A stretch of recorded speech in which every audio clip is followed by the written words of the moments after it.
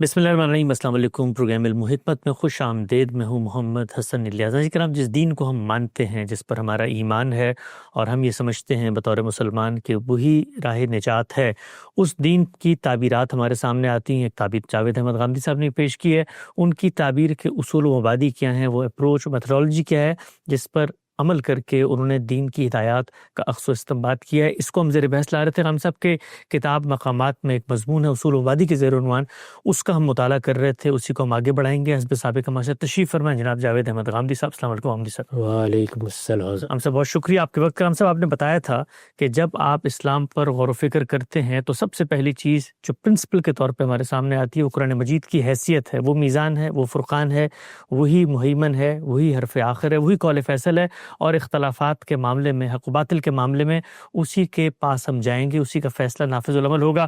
ہم سب آگے آپ لکھتے ہیں کہ اس چیز کو ماننے کے بعد جو 4 چیزیں بطور اصول اب ہمیں ماننی پڑیں گی، ان میں سے پہلی یہ کہ اولاً اس کا متن بالکل متعین ہے، یہ وہی ہے جو مصحف میں ثبت ہے اور جسے مغرب کے چند علاقوں کو چھوڑ کر پوری دنیا میں امت مسلمہ کی عظیم اکثریت اس وقت تلاوت کر رہی ہے۔ یہ تلاوت جس قرات کے مطابق کی جاتی ہے اسے قرات عامہ کہا جاتا ہے۔ اس کے سوا کوئی دوسری قرات نہ قرآن ہے، نہ اسے قرآن کی حیثیت سے پیش کیا جا سکتا ہے۔ اچھا، ہم سب یہ آپ نے ایک امر واقعی بیان کیا ہے کہ جس وقت آپ یہ قرآن کو حیثیت دیتے ہیں تو پھر اس کا ایک ناگزیر لازمی تقاضا ہے کہ جس چیز کو حیثیت دی جا رہی ہے اس کا متن بالکل متعین ہو۔ بہت ہی سادہ بدیہی عقلی چیز ہے، ورنہ اگر متن مشتبہ ہو جائے یا متن کی ریڈنگ مشتبہ ہو جائے اور اس میں اختلافات ہو جائیں تو پھر پہلے تو خود اس کے اختلافات کو سلجھایا جائے گا، اس کے بعد اس کی طرف ہم جائیں گے اور پھر وہ حق و باطل کی میزان بننے کے قابل ہی نہیں رہے گی، کہ اس لیے وہ خود اس جگہ پر نہیں کھڑی ہوئی۔ اس میں ہم سے جو پہلی چیز ہے وہ یہ کہ یہ آپ کہتے ہیں کہ ایک ہی متن ہے اور ایک ہی قرات ہے۔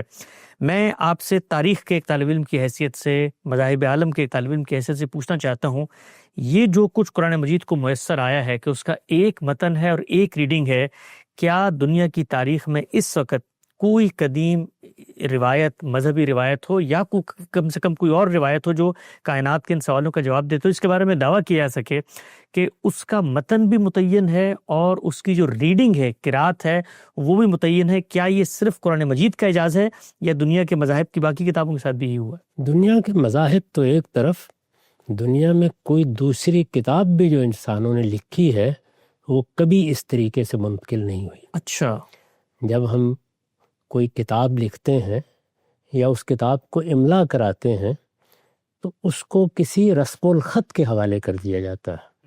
وہ انگریزی زبان میں ہو سکتی ہے، وہ عربی زبان میں ہو سکتی ہے، جس زمانے کی کتاب ہوگی اس کے رسم الخط میں اس کو لکھا جائے گا۔ ٹھیک، اس وقت بھی ہم اردو زبان میں جو کتابیں لکھ رہے ہیں یا انگریزی زبان میں لکھ رہے ہیں یا عربی زبان میں لکھ رہے ہیں، وہ اسی طریقے سے جو ان زبانوں کے رسم الخط رائج ہیں ان کے حوالے کر دی جاتی ہیں۔ ٹھیک، یعنی میں نے ایک کتاب لکھی، ظاہر ہے جب آپ کتاب لکھتے ہیں تو آپ اس کے لیے الفاظ کا انتخاب کرتے ہیں، آپ جملے کی تالیف قائم کرتے ہیں، آپ اس کے سیاق و سباق میں رکھ کر اپنے مدعا کا ابلاغ کرتے ہیں۔ اسی سے یہ مقصود ہوتا ہے کہ آپ کی بات آپ کے مخاطبین تک پہنچ جائے۔ رسم الخط اسی لیے ایجاد کیا گیا ہے کہ اس کو تحریر کی صورت دے دی جائے، اور جب تحریر کی صورت دے دی جاتی ہے تو پھر اس کو دوسروں تک پہنچانا آسان ہو جاتا ہے۔ چنانچہ جب بھی کوئی کتاب لکھی جاتی ہے تو اس کو جب آپ اس کے رسم الخط کے سپرد کر دیتے ہیں تو پھر یہ لوگوں پر ہوتا ہے کہ وہ اس کو کیسے پڑھتے ہیں۔ اس میں بالعموم لوگ غلطی نہیں کرتے، لیکن اس کا امکان ہوتا ہے کہ کسی جگہ اونچ نیچ ہو جائے، کہیں اوقاف کو سمجھنے میں غلطی ہو جائے، کہیں کسی جملے میں کیا بات کس طریقے سے کہی گئی ہے اس کو ٹھیک طرح سے اندازہ نہ کیا جا سکے۔ اس طرح کی سب صورتیں ہر زبان کے رسم الخط کے لحاظ سے ہو جاتی ہیں۔ ٹھیک، چنانچہ ہم مختلف کتابوں میں اس طرح کے اختلافات بھی دیکھتے ہیں۔ یعنی بعض اوقات جب شرحیں لکھی جاتی ہیں تو اس میں یہ بتایا جاتا ہے کہ اس کو اس طرح بھی پڑھا جا سکتا ہے، اس کو اس طرح بھی پڑھا جا سکتا ہے۔ عربی زبان کا بھی ایک رسم الخط ہے اس وقت جو رسم الخط ہے اس میں بھی آپ دیکھیے کہ بہت تربیت دینا پڑتی ہے بالعموم ان لوگوں کو جو اہل زبان نہیں ہے کہ اس کو بالکل صحیح پڑھ سکیں، یعنی اس میں بالکل ٹھیک طریقے سے جملے کی ساخت کو سمجھ کر وہ اعراب دے سکیں، جو اہل زبان کے لیے کوئی اجنبی چیز نہیں ہوتی لیکن مدعا کے ابلاغ کے لیے ناگزیر ہوتے ہیں۔ قرآن مجید کے باب میں اللہ تعالیٰ کا یہ بڑا خصوصی اہتمام ہے کہ اس نے ان دونوں چیزوں کو پیش نظر رکھا، یعنی جب قرآن نازل ہوا، رسالت باب صلی اللہ علیہ وسلم نے اس کو لکھوایا تو لوگوں نے جو رسم الخط میسر تھا اس کے مطابق اس کو لکھنا شروع کر دیا۔ اس طرح دسیوں کی تعداد میں نسخے تیار ہونا شروع ہو گئے۔ پھر اس کے ساتھ ایک دوسرا اہتمام یہ کیا گیا کہ لوگ اس کو یاد کریں، اور اس طرح مصنف نے جس طریقے سے اس کو پڑھا ہے، یعنی اللہ تعالیٰ نے اس کو جبریل امین کے سپرد کیا ہے تو قرات کر کے سپرد کیا ہے، اور جبریل امین نے رسول اللہ صلی اللہ علیہ وسلم کے سپرد کیا ہے تو قرات کر کے سپرد کیا ہے۔ رسالت مآب صلی اللہ علیہ وسلم نے اس کو جب لوگوں کو سنایا تو جس طرح آپ نے سنایا گویا مستند طریقے سے جیسے پڑھا، لوگوں نے اس کو اسی طرح سے یاد کر لیا۔ ان دونوں چیزوں کو سامنے رکھ کے کم و بیش نصف صدی تک قرآن منتقل ہوتا رہا۔ یہ ہم جانتے ہیں کہ اس میں جو نسخے لکھے جاتے تھے وہ جو عربی زبان کا اس وقت رسم الخط تھا اس کے لحاظ سے لکھ لیے جاتے تھے، اس کو پڑھنے میں کسی اختلاف کی کوئی گنجائش باقی نہیں رہی، اس لیے کہ جو عرضہ اخیرہ کی قرات تھی اس کے مطابق لوگ اس کو پڑھتے تھے۔ پھر مختلف مجالس میں اپنی اگلی نسل کو بھی پڑھاتے تھے، یعنی اس کی باقاعدہ تعلیم دی جاتی تھی۔ اس میں بھی دونوں چیزیں ہوتی تھیں، یعنی طالب علم آپ کے سامنے موجود ہے، وہ اس کو لکھ بھی رہا ہے اور وہ اس کو جس طرح پڑھا جا رہا ہے اس طرح یاد بھی کر رہا ہے۔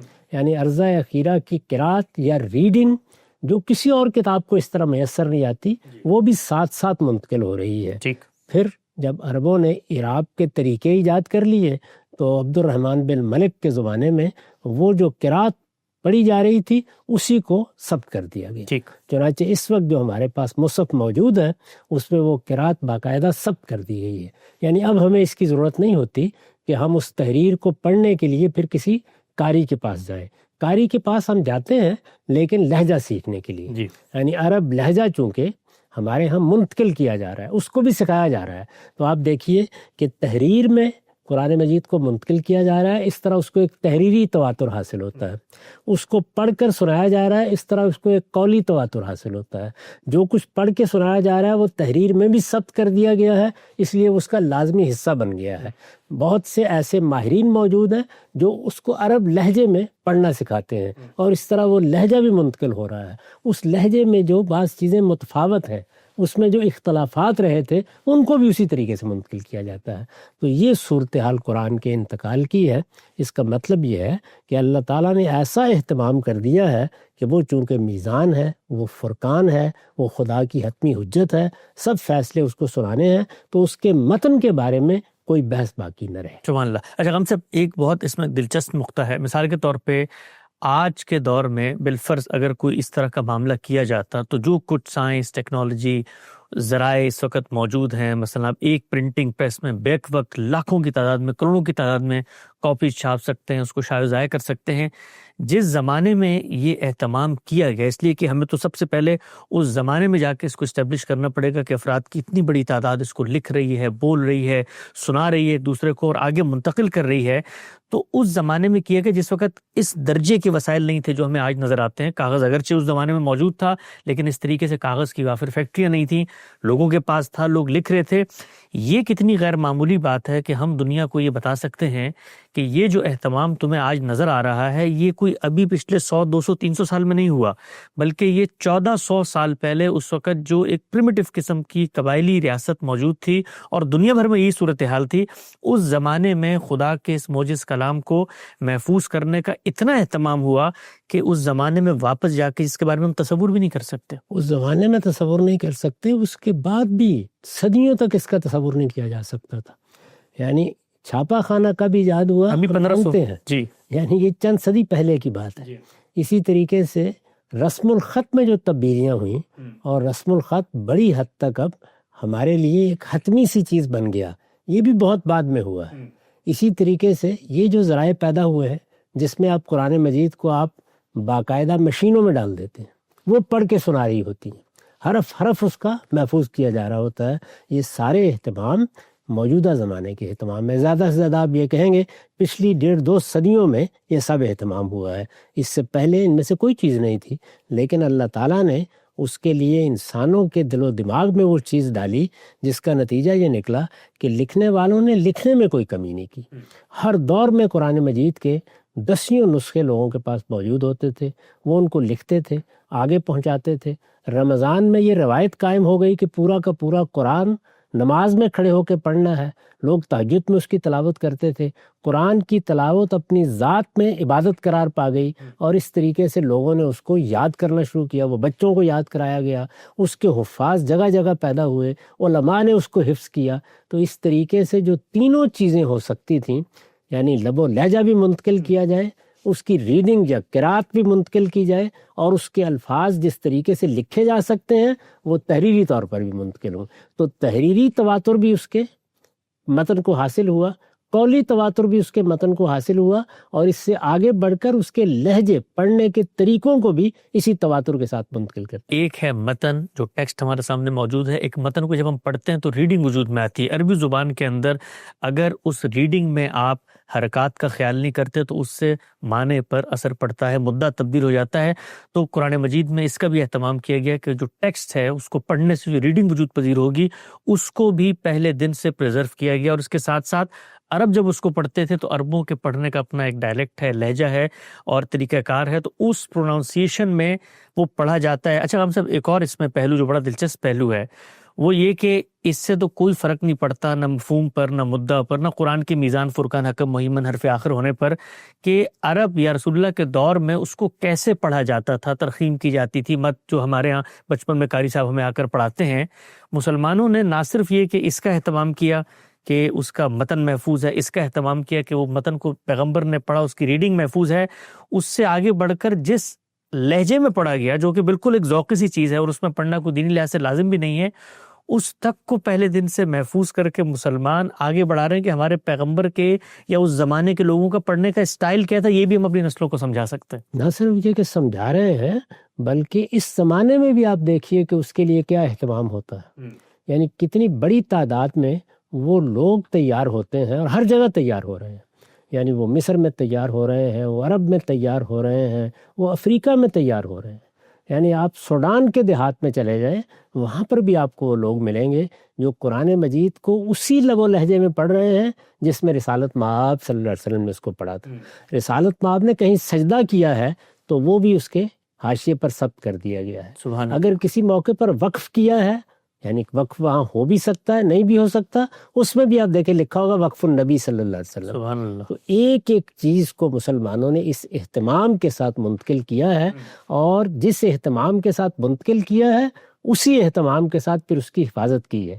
آپ یہ دیکھیے کہ اگر ادنا درجے میں بھی مسلمانوں کو کہیں اس کا احساس ہوتا ہے کہ قرآن مجید کے لکھنے میں، قرآن مجید کو شائع کرنے میں، قرآن مجید کو دوسروں تک پہنچانے میں کوئی غلطی ہو رہی ہے یا کوئی نقص پیدا کیا جا رہا ہے، تو فوراً سب کے کان کھڑے ہو جاتے ہیں اور پھر اس کا اہتمام کیا جاتا ہے. اس کے لیے ادارے بنائے جاتے ہیں، اس کے لیے قانون سازی کی جاتی ہے، اور برے سے برے حالات میں بھی مسلمان ہر جگہ اس کے معاملے میں آخری درجے میں حساس ہیں، کیونکہ یہ کتاب ان کے سپرد کی گئی ہے. یہ کتاب بھی ہے اور یہ پیغمبر کی قائم مقام بھی ہے. نبوت ختم ہو گئی ہے تو اب اس کتاب نے، جس طرح کہ میں اس سے پہلے بھی عرض کر چکا ہوں، تینوں کام کیے ہیں.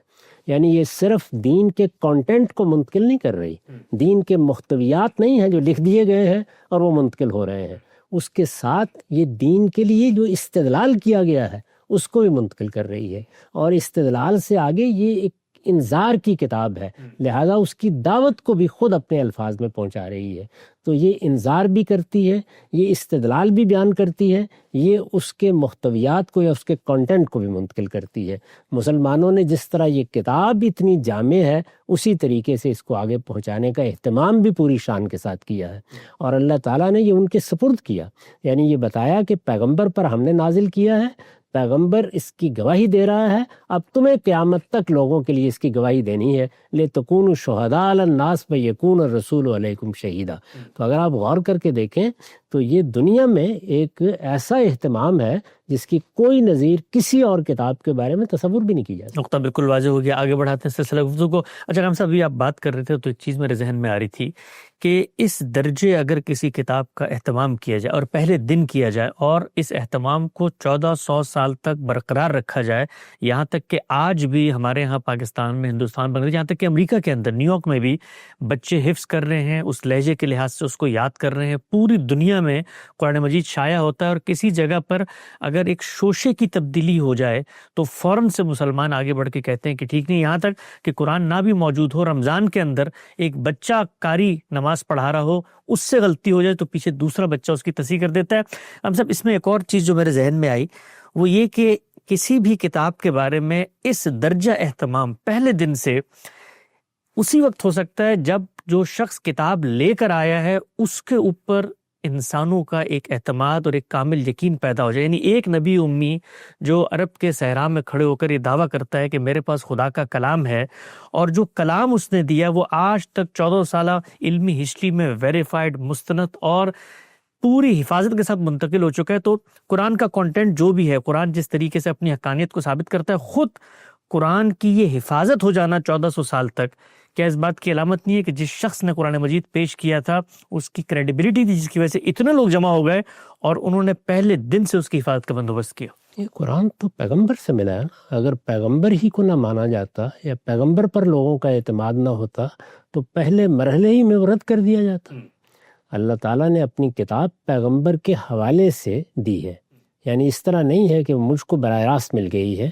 اللہ نے ایک شخص کا انتخاب کیا جس کو اس نے نبوت عطا فرمائی، اور پھر جس طرح کے قرآن کے الفاظ ہیں وَأَنزَلَ مَعَهُمُ الْكِتَابَ، یعنی اللہ جب پیغمبر بھیجتا ہے تو ان کے ساتھ اپنی کتاب دیتا ہے۔ اس کتاب کو پیغمبر کے حوالے کیا گیا، پیغمبر انذار کرتے ہیں، پیغمبر خبردار کرتے ہیں، پیغمبر اپنے آپ کو پیش کرتے ہیں اس حیثیت سے کہ ہم اس بات کی گواہی دے رہے ہیں کہ ہم نے اس عالم کو دیکھا ہے، ہمارا اس کے ساتھ تعلق پیدا ہوا ہے، ہم نے جبریل امین کی بات سنی ہے، ہم نے اللہ تعالیٰ کی بات سنی ہے، اب ہم تمہارے سامنے اس کی گواہی دے رہے ہیں۔ اس گواہی کو جب لوگ تسلیم کر لیتے ہیں تو پھر جو کتاب وہ دیتے ہیں اس کتاب کو خدا کی کتاب کی حیثیت سے تسلیم کرتے ہیں۔ جب خدا کی کتاب کی حیثیت سے تسلیم کر لیتے ہیں تو پھر ظاہر ہے کہ اس سے وہ تعلق پیدا ہوتا ہے جو ہمیں قرآن کے بارے میں نظر آتا ہے۔ تو اللہ تعالیٰ کا یہی اہتمام ہے جس کے بارے میں پیغمبر کو تسلی دی گئی۔ اگر آپ غور کریں تو جگہ جگہ نبی صلی اللہ علیہ وسلم کو یہ کہا گیا ہے کہ آپ مطمئن رہیں، اس کی وحی مکمل ہوگی۔ اس عرصے کے دوران میں اگر لوگوں نے پڑھنے میں کوئی غلطی کی ہے، کوئی نسیان ہوا ہے، کہیں کوئی چیز بھول گئے ہیں، اس کی بھی بالکل پرواہ نہ کریں۔ ہم آخر میں اس پورے قرآن مجید کو پڑھیں گے، اس کی ایک دوسری قرأت کریں گے، پھر اس کے بعد آپ اس قرأت کی پیروی کریں گے۔ ہم اس میں اگر کوئی چیز قابل وضاحت ہوگی تو اس کی وضاحت بھی کر دیں گے، یہ ذمہ داری بھی ہم نے لے رکھی ہے۔ اس طرح ہر لحاظ سے یہ کتاب مکمل ہو کر آپ کے حوالے کر دی جائے گی، اور پھر مسلمانوں کو اس کی حفاظت کرنی ہے۔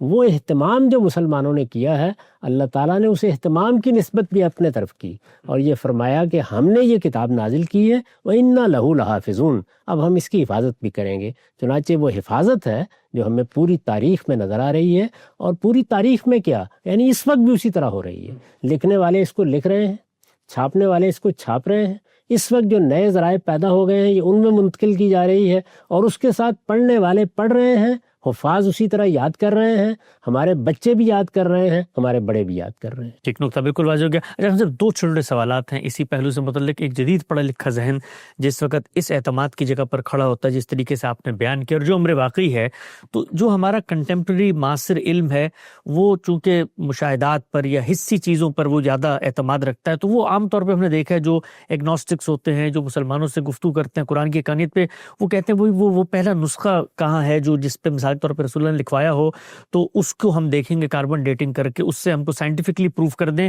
وہ شاید یہ جو طریقہ کار ہے کہ ہزاروں لاکھوں کروڑوں لوگ بیک وقت ایک چیز کو آگے منتقل کر رہے ہیں جن کا جھوٹ پر جمع ہونا عقلاً محال ہے، اس کو کیسے ان تک کمیونیکیٹ کیا جائے کہ یہ جو ہمارا قرآن ہے یہ ایسا نہیں تھا کہ ایک ہی نسخہ تھا جو پوری امت کو دے دیا گیا اور جس کے بارے میں آج بھی اگر وہ ہم پیش کر دیں تو 10,000 سوالات ہو جائیں گے۔ یہ تو بیک وقت ہزاروں لوگوں نے مل کے اس کو آگے پہنچایا ہے، تو ان تک بات بہتر طریقے سے کیسے کمیونیکیٹ کر سکتے ہیں؟ میرا نقطہ نظر یہ ہے کہ اس میں ان کا قصور نہیں ہے. انہوں نے دنیا میں کبھی کسی اور کتاب کو اس طرح منتقل ہوتے دیکھا. سبحان اللہ. اچھا. یعنی جو کتاب بھی لکھی جاتی ہے اس کا کوئی ایک نسخہ مصنف تیار کرتا ہے, ایسے ہی ہوتا ہے. اسی سے وہ شروع ہوتی ہے. ٹھیک. کون لوگ ہیں کہ جو ہزاروں کی تعداد میں اس کو نقل کرنے والے پیدا ہوئے؟ کوئی بھی کہیں بھی نہیں ہوتا. یعنی ایک زمانہ گزرتا ہے, پھر کوئی 2 نسخے, پھر کوئی 10 نسخے, کوئی 20 نسخے اس کے تیار ہوتے ہیں. وہ بھی دلچسپی رکھنے والے اس کو تیار کرتے ہیں. اب اس کتاب کے بارے میں تحقیق کرنی ہو تو اور کیا طریقہ ہے تحقیق کرنے کا؟ تو جو ان کے پاس دنیا کی عام کتابوں کے بارے میں تحقیق کے ذرائع ہیں وہ انہیں کو استعمال کریں گے. ان کو یہ سمجھانے کی ضرورت ہے کہ اس کتاب کے ساتھ جو معاملہ ہوا ہے وہ دنیا میں کسی اور کتاب کے ساتھ نہ ہوا نہ ہونا ممکن تھا. اللہ کی کتاب کی حیثیت سے یہ پیغمبر نے لوگوں کو دی ہے, اور جن لوگوں کو دی حسن اتفاق یہ ہے کہ ان کی بہت بڑی تعداد تھی. پھر یہ تعداد محض بکھرے ہوئے افراد کی نہیں تھی, یہ ایک باقاعدہ سلطنت کے باشندے بن گئے. یعنی ایک سلطنت قائم ہوئی اور یہ کوئی 10-20 سال میں قائم ہو گئی, اس کے حوالے کیا گیا ہے. اس کے پاس باقاعدہ ایک بڑے علاقے کا اقتدار, بلکہ اتنے بڑے علاقے کا اقتدار ہے کہ جو 3 براعظموں کو چھو رہا ہے. یہ صورتحال ہے جس میں اس کی ابتدا ہوئی ہے, اور اس کے بارے میں پہلے دن سے یہ طریقہ اختیار کیا گیا کہ اس کو کوئی ایک نسخہ تیار کرنے کی ضرورت ہی نہیں لاحق ہوئی. یہ اس کی کبھی احتیاج ہی نہیں تھی. اس کے نسخے دسیوں کی تعداد میں تیار ہو رہے ہیں. ہر لکھنے والا اس کو لکھ رہا ہے, جس کو لکھنا آتا ہے وہ اپنے پاس ایک نسخہ تیار کر رہا ہے. اور اسی طریقے سے جس کو اللہ توفیق دیتا ہے وہ اس کی 10 صورتیں, کسی نے 20 صورتیں, کسی نے اس کا پہلا حصہ, کسی نے آخری حصہ, کسی نے پورا قرآن. پورے قرآن کے حفاظ کی بھی اتنی بڑی تعداد ہمیشہ ہر دور میں رہی ہے کہ موجودہ زمانے میں بھی اگر آپ چاہیں تو ہزاروں لوگ پیش کیے جا سکتے ہیں. تو یہ اہتمام چونکہ تصور میں نہیں آتا, تو اس وجہ سے ان کی سمجھ میں بھی نہیں آتا کہ مسلمانوں کا یہ غیر معمولی اعتماد اس کتاب پر کیوں ہے. تو مسلمان کمیونٹی نے, یعنی مسلمان قوم نے, مسلمانوں کی جو جماعت وجود میں آئی رسالت باب صلی اللہ علیہ وسلم کے بعد, اس نے اس کو اس طرح منتقل کیا ہے. اور یہ تاریخی حقائق اس کے ساتھ وابستہ ہیں. یعنی نہ اس طرح ہوا ہے کہ رسالت مآب نے یہ کتاب کسی جگہ لکھ کے رکھ دی, پھر اس کے بعد کوئی 2 صدیاں گزریں کہ لوگ اس سے متعارف ہوئے, یا 2 4 5 لوگوں نے اس کو آگے منتقل کیا. میں عرض کر رہا ہوں کہ وہ لوگ جن کو یہ دی گئی وہ بھی ہزاروں کی تعداد میں تھے, اور پھر وہ لوگ کوئی بکھرے ہوئے لوگ نہیں تھے. ان کو وہاں اقتدار حاصل ہو گیا, ان کی باقاعدہ حکومت بن گئی, ان کی ایک بڑی سلطنت قائم ہو گئی. اتنا بڑا اہتمام اس عالم طبعی میں کب کسی کتاب کو آگے منتقل کرنے کے لیے ہوا ہے. تو یہ وجہ ہے کہ چونکہ یہ اہتمام ہی بہت نادر ہے, یہ اہتمام ہی آخری درجے میں موجز ہے, اس وجہ سے یہ گرفت بنی آتی.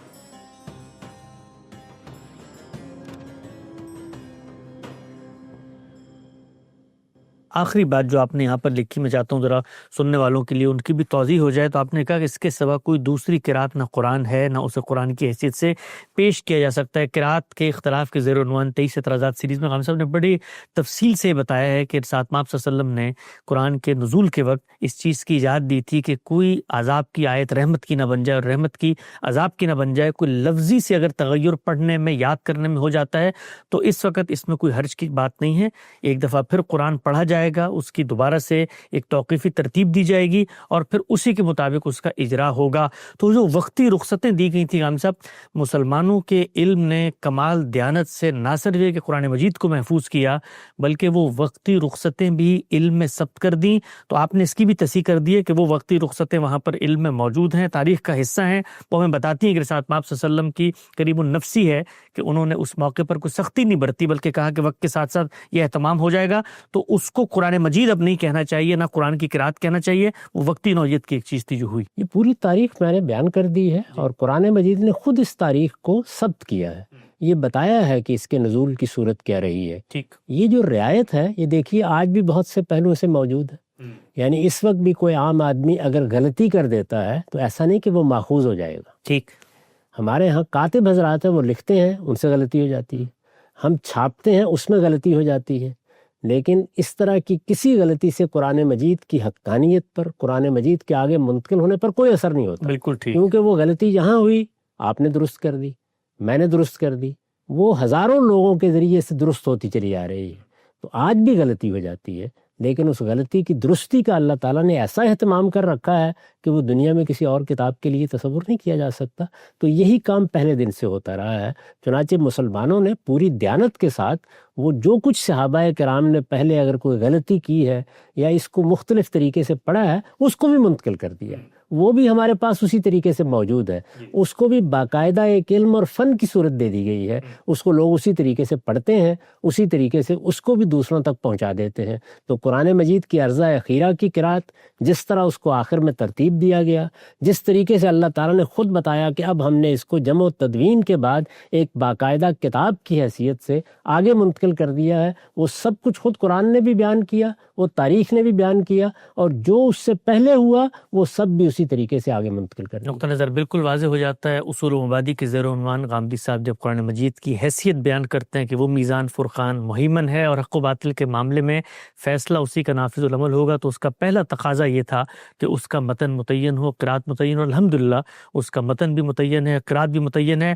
نہ صرف یہ کہ متعین ہے بلکہ یہ پوری دنیا میں قرآن مجید کا ایک سب سے بڑا معجزہ ہے کہ وہ واحد کتاب ہے کہ جس کو 1400 سال میں اتنی بڑی افراد کی تعداد مختلف جگہوں پر نقل کر رہی ہے کہ جن کا جھوٹ پر جمع ہونا عقلاً محال ہے، اور جس ذریعے علم سے انہوں نے قرآن کو آگے منتقل کیا ہے اس میں کسی شوشے اور حرف کی بھی تبدیلی نہیں ہو سکتی۔ ہم سب ہماری یہ کوشش ہوگی کہ علم و حکمت کی اس سیریز کے اندر جس طرح ہم مختلف موضوعات زیر بحث لاتے ہیں، پروگرام کے دوسرے حصے میں براہ راست لوگوں کے قلوب و اذہان میں جو سوالات ابھر رہے ہیں وہ ہم تک آڈیو کی صورت میں پہنچے ہیں، ہم غامدی صاحب کی خدمت میں براہ راست ان کو رکھیں گے۔ دیکھتے ہیں ہمارے ساتھ کون موجود ہے۔ جی آپ سوال کیجیے گا۔ السلام علیکم ورحمۃ اللہ۔ جی غامدی صاحب، میں سید کاشف باچا بنیر پیر بابا سے بول رہا ہوں۔ غامدی صاحب، آپ جو دین کی تعبیر اور تشریح پیش کر رہے ہیں وہ آپ خالص مطلب علم الکلام سے، تصوف سے، انہی چیزوں سے خالص مذہب کی آپ تعبیر پیش کر رہے ہیں۔ لیکن غامدی صاحب، ہمارا سوال یہ ہے کہ قرآن کریم جس دور میں نزول ان کا ہو رہا تھا تو ان زمانے کے انسانوں کے اذہان، ان کے تفہیم، ظاہر ہے کہ اس دور میں جو انسان جی رہے تھے تخلیق اور تکوین کے متعلق ان کے جو نظریات تھے ارسطالیسی تھے، تو قرآن بھی اس نقطۂ نظر اور اس زاویے سے ان سے کلام کر رہا ہے۔ تو یہ بات تو اس لحاظ سے، اس دور کے لحاظ سے ٹھیک ہے، لیکن آج اگر قرآن تخلیق اور تکوین کی جو بات ہو رہی ہے، وہ آیات اور وہ آیات مونس ہم کسی آج جدید ذہن کے سامنے رکھ کے، تو ابھی تو مکمل کاسمالوجی یا جو مکمل تخلیق اور تکوین ہے جو ہے، یہ نظام بدل چکا ہے، یہ تو مکمل بگ بینگ اور یہ چیزیں اس میں آئی ہے اور نظریہ ارتقا، انہی چیزوں کو ہم اگر ڈیفائن کریں گے تو اس کے لیے تو علم الکلام کی اشد ضرورت ہوگی، اور وہ آپ اس سے خارج کر رہے ہیں۔ میرے خیال میں تو یہ علم الکلام مذہبی روایت میں ایک تائید کی چیز تھی، نہ کہ قدغن اس پر لگانے کی، کیونکہ اس میں ایک حرکی نظام ہے جو دور اور حالات کے ساتھ مذہب کو اور مذہبی بیانیوں کو متحمل بناتا ہے۔ ٹھیک، ہم سب سوال ان کا آپ پر واضح ہے کہ قرآن نے جو استدلال پیش کیا، جس زمان و مکان میں پیش کیا، اس کے جو چیلنجز تھے یا اس کے اندر جو سوالات تھے یا مذہب پر یا خدا کے وجود پہ جو اعتراضات تھے وہ تو مختلف تھے۔ تو علم کلام کی ضرورت تو پھر ہر دور میں رہے گی، اس لیے کہ اگر آج چیلنج بدلیں گے، کاسمالوجی کے چیلنج ہیں، نظریہ ارتقاء کے ہیں، کوئی بگ ہسٹری کے ہیں، تو اس کے لحاظ سے آپ کو دین کا مقدمہ پیش کرنا ہے تو علم کلام تو پھر آپ کو بھی بنانا پڑے گا۔ اس میں جو انہوں نے بنیادی بات بیان کی ہے بہت معذرت کے ساتھ، وہ ٹھیک نہیں ہے۔ ٹھیک، یہ کہ جو اس زمانے کا علم تھا قرآن مجید نے اس کو بیان کر دیا ہے، ایسی کوئی چیز قرآن مجید میں سرے سے ہے ہی نہیں۔ اچھا، یعنی لوگوں کا جو عمومی مشاہدہ ہے قرآن نے اس کو بیان کیا ہے۔ اچھا، یعنی قرآن جب بنائے استدلال بناتا ہے تو میرے آپ کے مشاہدے کو بناتا ہے، ہمیں دنیا کیسے نظر آ رہی ہے، ہم چیزوں کو کیسے دیکھ رہے ہیں۔ یہ دیکھیے جگہ جگہ قرآن مجید بتائے گا، رات آتی ہے، دن آتا ہے، سورج طلوع ہوتا ہے، ان میں سے ہر چیز گردش میں ہے، یہ اپنے اپنے قانون کے مطابق چل رہے ہیں۔ یہ ہمارا عمومی مشاہدہ ہے، اس میں نہ یونانی فلکیات زیر بحث ہے، نہ کوئی پرانا علم حیات زیر بحث ہے، نہ اس کی کوئی تعبیرات زیر بحث ہے۔ یہ قرآن مجید نے کہیں یہ طریقہ اختیار ہی نہیں کیا۔ ٹھیک، جو ہمارے عمومی مشاہدے میں چیزیں آتی ہیں، یعنی ہماری کامن سینس چیزوں کو کیسے لیتی ہے، ہمارا مشاہدہ چیزوں کو کس صورت میں پیش کرتا ہے، اسی کو بنائے استدلال بنایا ہے۔ اس وجہ سے قرآن کا استدلال کبھی پرانا ہو ہی نہیں سکتا۔ اچھا، یعنی وہ اصل میں ہمارے مشاہدے پر مبنی استدلال، یعنی وجودی حقائق جو اس میں جو وجودی حقائق ہیں ان کی طرف توجہ دلا کے اس کے بعد شعور کی ساخت میں اللہ تعالیٰ نے جو استدلال رکھا ہے اس کو اس سے متعلق کر کے بیان کر دیا گیا ہے۔ تو اسی کو ہم کہتے ہیں کہ قرآن کا انداز فطری استدلال کا ہے، یعنی یہ وہ استدلال ہے جو کبھی پرانا نہیں ہو سکتا، جو کبھی آؤٹ ڈیٹ نہیں ہو سکتا، جو ہمیشہ تازہ رہتا ہے، اس لیے کہ اس میں جو مقدمات قائم کیے گئے ہیں وہ کسی خاص زمانے کے علم پر مبنی نہیں ہے، بلکہ وہ انسان کے اس تعلق پر مبنی ہے جو اس کا مادے سے پیدا ہوتا ہے، جو اس کا نفس کے ساتھ پیدا ہوتا ہے۔ تو اس وجہ سے قرآن مجید کو اس کی کوئی ضرورت کسی زمانے میں نہیں رہی۔ یہ چیز کہ اعتراضات پیدا ہو جاتے ہیں، ہاں جی، تو اعتراضات کا جواب دینا ایک الگ چیز ہے، اس کو کوئی شخص جو نام دینا چاہے دے لے۔ علم کلام کے دو پہلو ہیں، ایک یہ ہے کہ مذہب پر کوئی اعتراض کیا گیا ہے، کوئی نیا علم وجود میں آیا ہے، اس نے کوئی اعتراض کیا ہے، اس کا جواب تو قیامت تک لوگ اپنے علم کی روشنی میں دیتے رہیں گے، یعنی اس علم کو اسی علم کی روشنی میں جانچ پرکھ کر دیکھا جاتا ہے کہ اس میں کیا چیز ایسی ہے جو ہم پر اثر انداز ہو رہی ہے۔ یہ علم تو ہر جگہ موجود رہے گا اور یہ وجود میں آتا رہے گا، اس کی کوئی نفی بھی نہیں ہے، لیکن خود قرآن مجید کے اپنے مقدمات کے لیے کوئی استدلال ہمیں آج کے زمانے میں نیا ایجاد کرنا ہے، اس کی کوئی ضرورت نہیں۔ یعنی یہ دو باتیں بالکل الگ الگ سمجھ لینی چاہیے۔ قرآن مجید نے ذات باری کا تعارف کرایا ہے، قرآن مجید نے ہمیں قیامت کے بارے میں خبر دی ہے، قرآن مجید نے ہمیں بتایا ہے کہ تم ایک دن پروردگار کے سامنے جواب دہ ہوگے۔ یہ جو مقدمات ہیں ان کے لیے بالکل فطری استدلال کا طریقہ اختیار کیا گیا۔ فطری استدلال کا مطلب کیا ہے؟ دو چیزیں ہمارے پاس ہر جگہ موجود ہیں، وہ ہم جنگل میں ہوں وہاں بھی موجود ہیں، شہر میں ہوں وہاں بھی موجود ہیں، ہم آج سے 2000 سال پیچھے ہوں تب بھی موجود ہیں، آج ہوں تب بھی موجود ہیں۔ وہ کیا ہے؟ ہمارے پاس یہ سمع و بصر کی صلاحیتیں دی گئی ہیں، ہمارے پاس کچھ حواس ہیں، وہ ظاہری بھی ہیں باطنی بھی ہیں، وہ مادے سے بھی متعلق ہوتے ہیں، وہ نفس سے بھی متعلق ہوتے ہیں۔ ان کا جو پہلا تعلق پیدا ہوتا ہے قرآن مجید نے اسی کو بنا استدلال بنایا ہے۔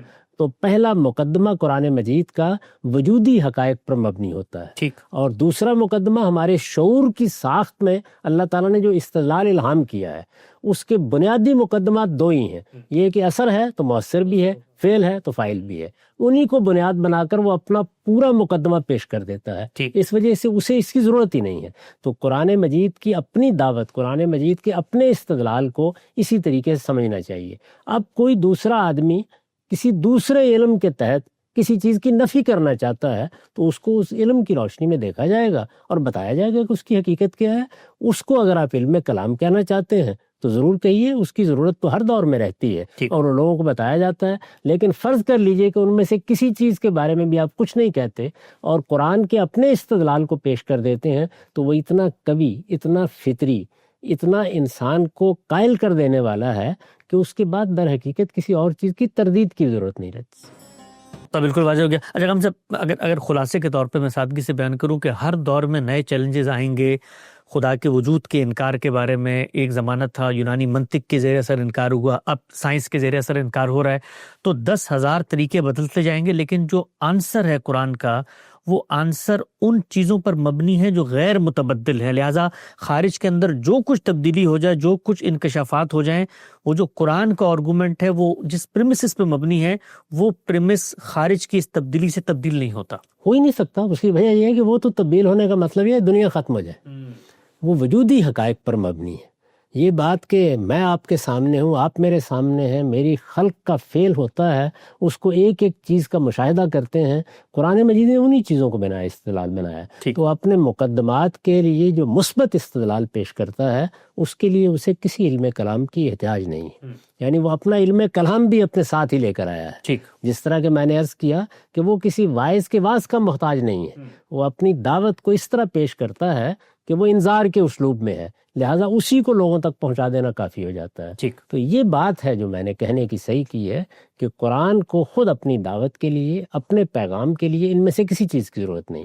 باہر چیزیں موجود ہیں، وہ اگر کسی موقع پر کوئی غلط فہمی پیدا کرتی ہیں تو علمی طریقے سے اس کو دور کر دیا جائے گا اور وہ انہی کے استدلال کی بنیاد پر دور کر دی جائے گی، انہی کی غلطی واضح کر کے دور کر دی جائے گی۔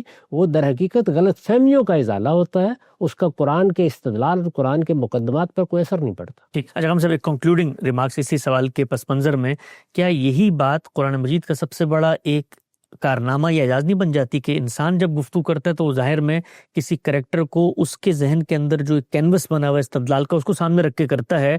تو اس طرح سے تو قرآن سائنسدان کو، فلسفی کو، بچے کو، حکیم کو، بڑے کو، عامی کو، عارف کو، سب کو بیک وقت متوجہ کر سکتا ہے، اس لیے کہ اس کا استدلال جو ہے وہ کسی خارج کے علمی جس کو آپ کہتے ہیں اعتراف پہ مبنی نہیں ہے، بلکہ وہ جس سے گفتگو کرے گا وہ انسان جو بھی ہو اس کے ہاں وہ وجودی حقائق بالکل یکساں ہیں سب کے ہاں. جی بالکل ایسے ہی ہے، اور یہی وجہ ہے کہ اس کو نہ سمجھنے کا نتیجہ ہے کہ لوگ بعض اوقات قرآن مجید کو اس طرح اپریشیٹ نہیں کر پاتے. یعنی وہ خود اصل میں کسی نہ کسی علم کے اسیر ہوئے ہوتے ہیں. جو حقائق ان کے گرد و پیش میں پیش پا افتادہ حقیقتیں ان کی طرف وہ نگاہ نہیں اٹھاتے. تو قرآن کا طریقہ ہی بالکل مختلف ہے. قرآن کے اس طریقے کو لوگوں تک عام کرنا چاہیے. ایک نقطہ بالکل واضح ہو گیا، آگے بڑھاتے ہیں، دیکھتے ہیں کون ہم سے سوال کر رہا ہے. جی سوال کیجیے. السلام علیکم، میرا نام منصور احمد ہے، میرا تعلق جیکوباد سے ہے. میرا سوال حدیث کے متعلق تھا کہ ہم نے عام طور پہ غامدی صاحب سے جب بھی حدیث کے بارے میں سنا ہے تو وہ یا تو حدیث کو رد کرتے ہیں یا قبول کرتے ہیں، لیکن ایک اور اصطلاح ہے جو کہ استعمال ہوتی ہے اقرار حدیث کی اور انکار حدیث کی. تو غامدی صاحب سے سوال یہ تھا کہ وہ اس اصطلاح کو کیسے دیکھتے ہیں اور وہ اس کا استعمال کیوں نہیں کرتے؟ ٹھیک ہے صاحب، آپ کے سامنے مختلف روایات پیش کی جاتی ہیں، آپ نے روایات پہ کام بھی کیا، بلکہ جو مطلب زیادہ تر اکثریت ہے 99% روایات ہیں ان کی توجیہ کر کے قرآن مجید کی روشنی میں ان کی تعبیر بھی پیش کی. ہم سب کے بھی حال ہی میں حدیث پر کتاب علم النبی بھی سامنے آئی ہے. سوال انہوں نے پوچھا ہے کہ آپ کے ہاں جو اب تک ہم نے دیکھا ہے کمیونیکیشن میں وہ یہ چیز زیر بحث نہیں آتی کہ بھئی میں اس حدیث کا انکار کر رہا ہوں یا میں اس کا اقرار کر رہا ہوں. یعنی آپ اس کی صحت پر مطمئن ہو جاتے ہیں تو کہتے ہیں کہ یہ حدیث قابل قبول ہے، نہیں ہوتے تو وہ حدیث پھر دین کی روشنی میں، قرآن کی روشنی میں قابل قبول نہیں رہتی. تو پوچھا انہوں نے یہ کہ یہ جو انکار اور اقرار کی اصطلاحات ہیں یہ کبھی آپ کے زیر بحث کیوں نہیں اس ہے؟ کی ضرورت ہی کیوں ہے؟ یعنی ہمارے ہاں جو حدیث کا فن ہے اس میں ہمیشہ یہی طریقہ اختیار کیا گیا ہے کہ رسالت بآب صلی اللہ علیہ وسلم کی نسبت سے لوگوں نے یہ باتیں بیان کی ہیں، اس کی کوئی ذمہ داری رسالت بآب پر عائد نہیں ہوتی. لوگ اپنے طور پر ان کو روایت کر رہے ہیں، ان کی تحقیق کی جائے گی. ہر حدیث کے بارے میں یا ہر روایت کے بارے میں علمی طریقے سے رائے قائم کی جائے گی. اس میں 2 طریقے عام طور پر اختیار کیے گئے ہیں، وہی ہم اختیار کرتے ہیں. یعنی سند کو دیکھا جائے گا، متن کو دیکھا جائے گا، اس کی تنقیح کر کے بتا دیا جاتا ہے یہ ان اصولوں پر قابل قبول ہے، ان اصولوں پر قابل قبول نہیں ہے. تو اس میں چونکہ میں نے کوئی نیا کام نہیں کیا، محدثین نے جو اصول قائم کیے ہیں میرے نزدیک وہ بالکل درست ہے، انہی کا اطلاق کر کے بات کو سمجھانے کا کام کیا جاتا ہے. ہمارا اس میں جو بنیادی کنٹریبیوشن ہے وہ یہی ہے کہ بہت سی روایتیں ہیں جن کا مطلب لوگوں کے لیے سمجھنا آسان نہیں تھا، ان کو قرآن مجید کی روشنی میں رکھ کر دکھا دیا گیا ہے کہ ان کا محل کیا ہے، موقع کیا ہے، وہ کس موقع کی بات ہے، اس سے وہ چیز بالکل قابل فہم ہو جاتی ہے. تو انکار اقرار کی اس بحث میں پڑھنے کی ضرورت ہی کیوں؟ ٹھیک تو بالکل واضح ہوگی، آگے بڑھاتے ہیں. جی آپ اپنا سوال کیجیے گا. السلام علیکم، میرا نام بسیم اکبر ہے، آزاد کشمیر راولہ کوٹ سے بلانگ کرتا ہوں، اور غامدی صاحب کو کافی عرصے سے دیکھ رہا ہوں اور سن بھی رہا ہوں. الحمدللہ ان کی جو 23 اعتراضات سیریز ہے 132 اقساط کو تقریباً الحمدللہ بالاستیاب دیکھ بھی چکا ہوں. سوال میرا یہ ہے کہ اسلام آیا سرمایہ داری کی تعلیم دیتا ہے یا اس سے کٹنے کی؟ کیونکہ ہمارے سامنے تاریخ میں 2 رویے، ایک تو عمومی طور پر جو صحابہ کا چلا رہا تھا حضرت عثمان ہو گیا 230 کا، ایک ہے بزرگ غفاری رضی اللہ عنہ کا. بلکہ انہیں تو بعض کتاب لکھی ان میں سوشلسٹ صاحب بھی کہتے ہیں کہ وہ ذخیرہ اندوزی کا یا کسی بھی سرمایہ کا بالکل بھی وہ رکھنے کے حق میں نہیں تھے. تو آیا اسلام کس حوالے میں اسلام کی جو رہنمائی ہے وہ کس؟ جی ہم سے بھی پوچھتے ہیں کہ ہمارے یہاں صحابہ اکرام کا جو طرز عمل ہے اس میں 2 صحابہ کی انہوں نے مثال دی. ایک صحابی ابو ذر غفاری ہیں جن کے یہاں بالکل مال و دولت سے کنارہ کشی تھی، یہاں تک کہ وہ کہتے تھے کہ نہ میں کسی سے اپنے ہی علاقے کے لوگوں سے دین کا سوال کرتا ہوں نہ دنیا کا سوال کرتا ہوں. اور بعض صحابہ جو ہیں وہ مالدار بھی تھے، ان کے پاس ایک بڑی تعداد میں پیسہ بھی تھا، مال بھی تھی، دولت بھی تھی. تو اسلام ان پوچھتے ہیں کہ کس چیز کی ترغیب دیتا ہے، کیونکہ صحابہ کے 2 رویے سامنے آتے ہیں. کیا یہ سرمایہ داری کی دیتا ہے یا سوشلزم کی دیتا ہے کہ کچھ بھی تمہارا نہیں ہے، سب کچھ تم جو ہے اٹھا کے دے دو لوگوں کو؟ یہ اسلام کا موضوع نہیں ہے. یہ جو اختلاف بیان کر رہے ہیں یہ طبائع کا اختلاف ہے. ٹھیک، یعنی انسانوں کی طبیعت میں اللہ تعالیٰ نے بہت اختلاف رکھا ہے. بہت سے لوگ ہیں وہ درویشی کی زندگی کو پسند کرتے ہیں، بعض لوگ ہیں وہ دنیا میں بھرپور طریقے سے حصہ لیتے ہیں، وہ مال بھی کماتے ہیں، وہ دوسروں کے لیے کاروبار کے مواقع بھی پیدا کرتے ہیں۔ اس طرح کے لوگ آپ کو ہر معاشرے میں ملتے ہیں، اس زمانے میں بھی ہیں۔ صحابہ کرام بھی ایسا نہیں ہے کہ کوئی الگ انسان بنائے گئے تھے، وہی انسان تھے جو اللہ تعالیٰ پیدا کرتا ہے۔ ان میں بھی طبائع کا بہت اختلاف ہے، ٹھیک، ان میں بڑے کاروباری لوگ بھی ہیں، وہ لوگ بھی ہیں کہ جنہوں نے بالکل درویشی کی زندگی اختیار کر لی۔ تو اس طرح کے سب مراحل ان پر بھی اسی طریقے سے آئے ہیں جس طریقے سے اب انسانوں پر آتے ہیں، اور انسان جس طریقے سے اپنا رد عمل ظاہر کرتا ہے، طبیعت کے لحاظ سے، مزاج کے لحاظ سے، رجحان طبع کے لحاظ سے، اپنے حالات کے لحاظ سے، ان میں سے بھی ہر ایک نے اپنا رد عمل ظاہر کیا ہے۔ اس میں اس طرف دیکھنے کی ضرورت نہیں ہے۔ اللہ تعالیٰ نے قرآن مجید میں بالکل واضح طریقے پر بتا دیا ہے کہ مال ایک خیر ہے، اس کی لفظی خیر استعمال کیا ہے۔ اس کو کمانے کی جد و جہد اگر کی جائے گی تو یہ اللہ کے فضل کی تلاش ہے، اللہ نے اس کو اپنی نعمت قرار دے دیا، اور یہ بتایا کہ اس کا البتہ حق ادا کرنا چاہیے، ٹھیک، اور وہ حق متعین بھی کر دیا، اور اس متعین حق سے آگے بھی بتا دیا کہ اگر اللہ کی راہ میں خرچ کرنے کی بجائے تم اس کو کنز کر کے رکھو گے تو اسی مال سے تمہاری پیٹھ داغ دی جائے گی۔ یہ ساری بات بیان کر دی گئی۔ چنانچہ مال کے بارے میں میرا رویہ کیا ہونا چاہیے، اور مجھے اس کو کس طرح اللہ تعالیٰ کی ایک امانت سمجھ کر اس دنیا میں اس کا حق ادا کرنا چاہیے، وہ بیان کر دیا گیا۔ رہی یہ بات کہ دنیا میں ہم نے معیشت کا کیا نظام بنانا ہے، وہ مذہب کا موضوع نہیں ہے، ٹھیک، وہ عقل کا موضوع ہے۔ ٹھیک، اس کے بارے میں آپ سوچئے، غور کیجئے، اس میں جو تجویز بھی پیش کی جائے گی اس کو علم و عقل کی روشنی میں دیکھا جائے گا۔ کوئی چیز اچھی ہوگی قبول کر لی جائے گی، اچھی نہیں ہوگی تو قبول نہیں کی۔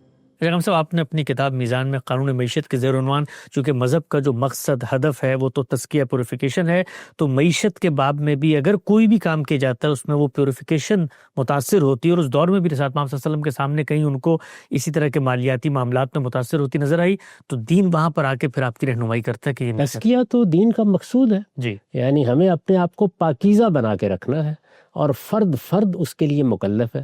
مسلمان اپنی ذاتی حیثیت میں بھی اس کے مکلف ہیں، وہ اپنی اجتماعی حیثیت میں بھی اس کے مکلف ہے۔ چنانچہ اس کا خیال رکھنا ہے کہ نہ ہمارے بدن میں کوئی آلودگی آئے، نہ ہمارے کھانے پینے میں آلودگی آئے، نہ ہمارے اخلاق میں۔ تو اخلاق کا تعلق جس طرح ہماری انفرادی زندگی سے ہے، اسی طرح ہماری سیاست سے بھی ہے، اسی طرح ہماری معیشت سے بھی ہے۔ اسلام کا اصلی کنسرن یہ ہے، یعنی وہ آپ کے اخلاقی اور میرے اخلاق کی وجود کی تطہیر چاہتا ہے۔ وہ اخلاقی وجود کے پہلو سے احکام بھی دیتا ہے، اس کی تطہیر کے بارے میں متنبہ بھی کرتا ہے۔ نظام بنانا اور دنیا میں ان معاملات کو کس طرح لے کے چلنا ہے، یہ سرے سے اس کا موضوع ہی نہیں ہے۔ وہ تزکیے کے بارے میں یہ بات کیوں کہہ رہا ہے؟ وہ یہ کہہ رہا ہے کہ مرنے کے بعد تم جس دنیا میں داخل ہونے والے ہو، اس دنیا میں داخل ہونے کے لیے تمہارے پاس پاسپورٹ ہے، اس کے بغیر تم داخل نہیں ہو سکتے۔ اپنے آپ کو پاکیزہ بناؤ گے تو خدا کے فردوس میں داخل ہوگے۔ تو اس کا اصلی موضوع یہی ہے، اس کی دعوت کو اس جگہ دیکھنا چاہیے۔